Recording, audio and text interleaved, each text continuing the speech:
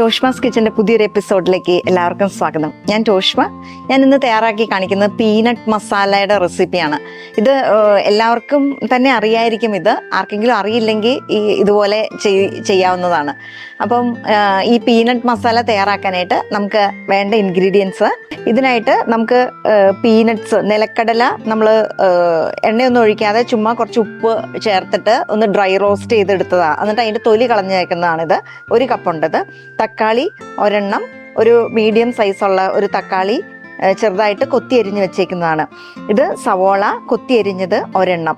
ഇനി നമുക്ക് വേണ്ടത് 1 ടീസ്പൂൺ മുളക് പൊടി വേണം, അതുപോലെ പാകത്തിന് ഉപ്പ് വേണം, പച്ചമുളക് ചെറുതായിട്ട് വട്ടത്തിൽ അരിഞ്ഞതാണിത്, പിന്നെ കറിവേപ്പില വേണം, അതുപോലെ നമുക്ക് എണ്ണ വേണം. ഇത്രയും ഇൻഗ്രീഡിയൻസ് ആണ് നമുക്ക് ഈ പീനട്ട് മസാല തയ്യാറാക്കാനായിട്ട് ആവശ്യമുള്ളത്. ഈ പീനട്ട് മസാല തയ്യാറാക്കാനായിട്ട് ആദ്യം തന്നെ നമ്മൾ കൊത്തി എരിഞ്ഞ് വെച്ചിട്ടുണ്ട് സവോള. 1 സവോളയാണ് കൊത്തി എരിഞ്ഞ് വെച്ചേക്കുന്നത്. ഒരു ബൗളിലേക്ക് ഇടാം. ഇത് 1 തക്കാളി ചെറുതായിട്ട് അരിഞ്ഞ് വെച്ചേക്കുന്നതാണ്, ഇതും ചേർക്കാം. അതുപോലെ മുളക്, പച്ചമുളക്, ഇത് ഒരു 3 പച്ചമുളക് ചെറുതായിട്ട് വട്ടത്തിൽ കനം കുറച്ച് അരിഞ്ഞു വെച്ചേക്കുന്നതാണ്, ഇത് ചേർക്കാം. അതുപോലെ കറിവേപ്പിലയാണിത്. ഞാൻ കറിവേപ്പില മാത്രമേ ചേർക്കുന്നുള്ളൂ. നിങ്ങൾക്ക് വേണമെങ്കിൽ മല്ലിയിലയും ചേർത്താൽ കുഴപ്പമില്ല. മല്ലിയിലയുടെ ടേസ്റ്റ് ഇഷ്ടമുള്ളവർക്ക് മല്ലിയിലയും ചേർക്കാവുന്നതാണ്. ഇനി നമുക്ക് ഉപ്പ് ചേർക്കണം.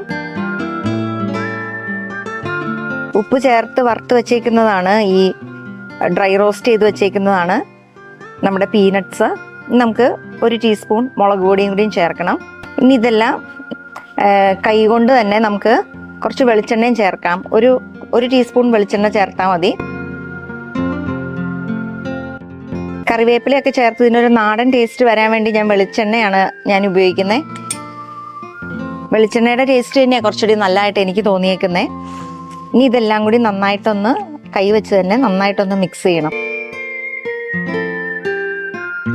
ഇതിലേക്ക് കുറച്ച് വിനാഗിരിയും കൂടിയും ചേർക്കുക. ഞാൻ നാരങ്ങനീരോ വിനാഗിരിയോ ഏതെങ്കിലും ചേർത്താൽ മതി. ഇനി നമുക്ക് ഇതിലേക്ക് പീനട്ട്സ് ചേർക്കണം.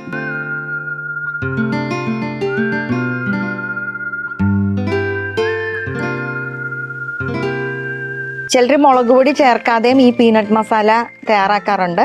പക്ഷേ കുറച്ചുകൂടി അപ്പീലിംഗ്, കണ്ണിനൊക്കെ കുറച്ചുകൂടി അപ്പീലിംഗ്, അതുപോലെ നമുക്ക് കുറച്ചുകൂടി ടേസ്റ്റി ആയിട്ട് തോന്നുന്നത് മുളക് പൊടി ചേർത്തിട്ടുള്ള പീനട്ട് മസാലയുടെ റെസിപ്പിയാണ്. ഇനി ഇത് നമുക്കൊരു സെർവിങ് പ്ലേറ്റിലോട്ട് മാറ്റാം.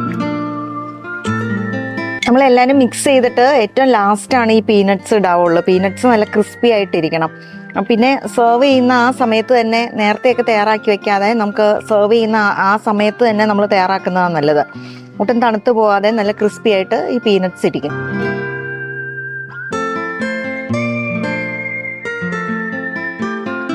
നമ്മളിന്ന് തയ്യാറാക്കിയത് പീനട്ട് മസാലയാണ്.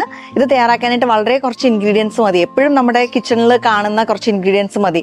സവോള, തക്കാളി, അതുപോലെ പച്ചമുളക്, കുറച്ച് കറിവേപ്പില, വെളിച്ചെണ്ണ, ഉപ്പ്, അതുപോലെ വിനാഗിരി അല്ലെങ്കിൽ നാരങ്ങാനീര്, പിന്നെ പീനട്ട്സ്. ഇതൊക്കെ കൂടി ഒന്ന് മിക്സ് ചെയ്ത് കഴിഞ്ഞാൽ വളരെ ടേസ്റ്റി ആയിട്ടുള്ള ഈ പീനട്ട് മസാല നമുക്ക് തയ്യാറാക്കാം. ഇത് പാർട്ടിക്കൊക്കെ ആണെങ്കിലും ഒരു സ്നാക്സ് ആയിട്ടൊക്കെ നമുക്ക് സെർവ് ചെയ്യാവുന്ന, പിള്ളേർക്കും ഒക്കെ കഴിക്കാൻ ഇഷ്ടമായിരിക്കും. പുളിയും അതുപോലെ വെളിച്ചെണ്ണയുടെ ടേസ്റ്റ് ഒക്കെ വരുന്നതുകൊണ്ട് നമുക്കൊരു നൊസ്റ്റാൾജിക് ഫീൽ വരുന്ന നല്ലൊരു പീനട്ട് മസാലയുടെ റെസിപ്പിയാണ്. തീർച്ചയായിട്ടും ട്രൈ ചെയ്ത് നോക്കണം.